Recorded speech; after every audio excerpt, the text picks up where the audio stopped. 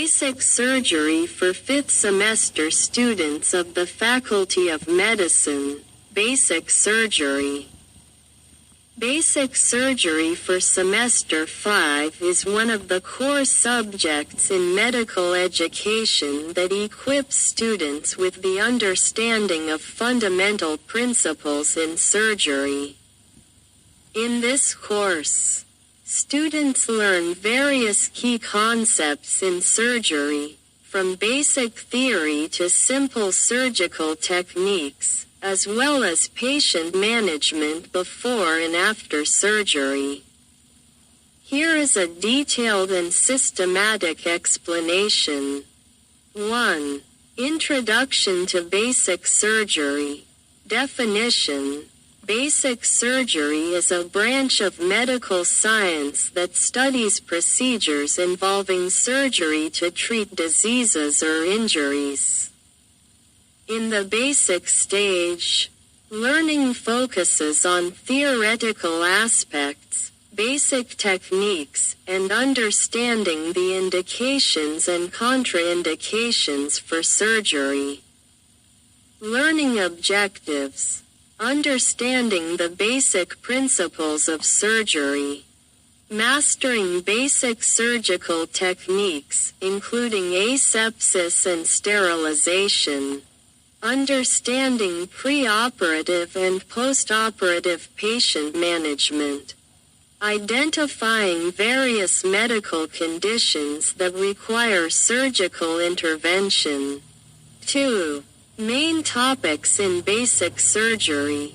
2.1 Basic principles of surgery, sterilization and asepsis.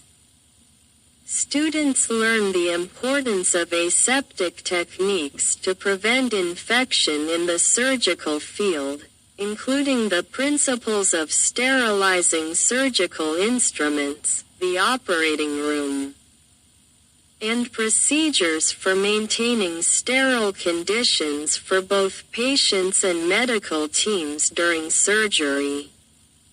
Sterilization using autoclaves or chemical methods. Scrubbing techniques, hand sterilization, and using protective equipment such as masks, gloves, and eye protection. Minor and major surgery. Minor surgery involves small incisions and is usually performed under local anesthesia, such as cyst removal or wound suturing. Major surgery. More complex procedures that require general anesthesia and involve vital organs, such as appendectomy or heart surgery. Basic surgical techniques. Techniques for making proper incisions. Cutting techniques, use of surgical knives, and how to suture wounds. The use of other surgical instruments such as surgical scissors, forceps, and suction devices. 2.2 Indications and contraindications for surgery. Indications for surgery. Diseases or conditions that cannot be treated with conservative treatments, such as acute appendicitis, hernia, and abscesses that cannot be drained medically. Traumatic injuries requiring surgery to repair body structures, such as open fractures or deep lacerations. Contraindications for surgery. Medical conditions that make surgery high risk, such as uncontrolled heart disease or widespread infections that cannot be controlled with antibiotics. Patients with blood clotting disorders or active widespread infections. 2.3 Preoperative patient management, patient evaluation, complete medical history, including allergies, cardiac conditions, respiratory issues, and blood clotting disorders. Physical examination to assess the patient's readiness for surgery. Laboratory tests, such as blood tests, hemoglobin, leukocytes, renal function tests, urea, creatinine, and an electrocardiogram, ECG, for elderly patients. Patient education, informing the patient about the upcoming surgical procedure, including the benefits, risks, and available alternatives. Physical preparation, such as fasting before surgery, NPO, and providing prophylactic antibiotics if necessary. 2.4 Post-operative patient management, patient monitoring. Monitoring vital signs such as blood pressure, heart rate, and body temperature. Monitoring the surgical wound for signs of infection, such as redness, swelling, or discharge. Post-operative complications, infection, managing wound infections or sepsis after surgery with antibiotics. Bleeding, identifying excessive bleeding or hematomas that may occur post-surgery. Respiratory or cardiovascular complications, close monitoring of patients who may experience respiratory or cardiovascular issues after general anesthesia. Pain management, administering post-surgical analgesics to manage pain. Non-pharmacological techniques such as body positioning and relaxation techniques to reduce pain. 2.5 Special surgical techniques.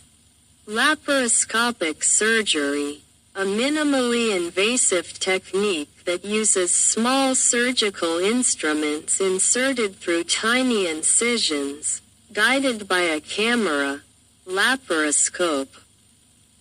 To perform procedures such as cholecystectomy, gallbladder removal, or herniaplasty. Thoracoscopic surgery, a surgical technique performed through small incisions in the chest to treat lung or mediastinal diseases. The use of endoscopic instruments allows procedures to be performed with lower risks and faster recovery. 3. Learning methods in basic surgery. 3.1 Theory and lectures.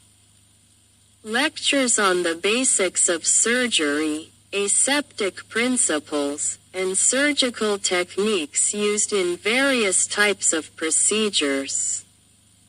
Discussions on the indications and contraindications for surgery. 3.2 Practicals and simulations.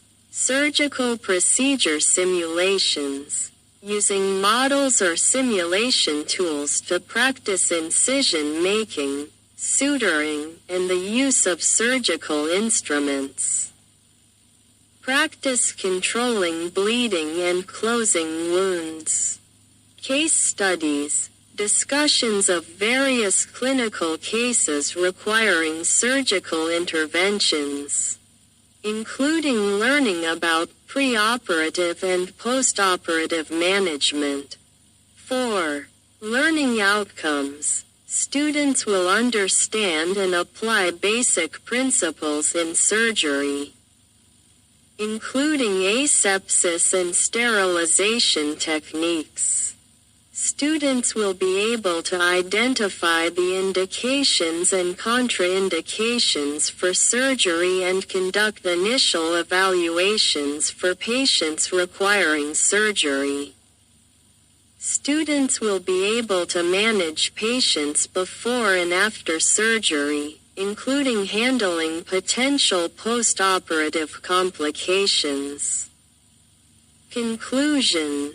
Basic surgery is a crucial subject for medical students, as it provides an in-depth understanding of various fundamental surgical procedures, as well as the management of patients before and after surgery. This knowledge forms the foundation for more advanced surgical education in the future.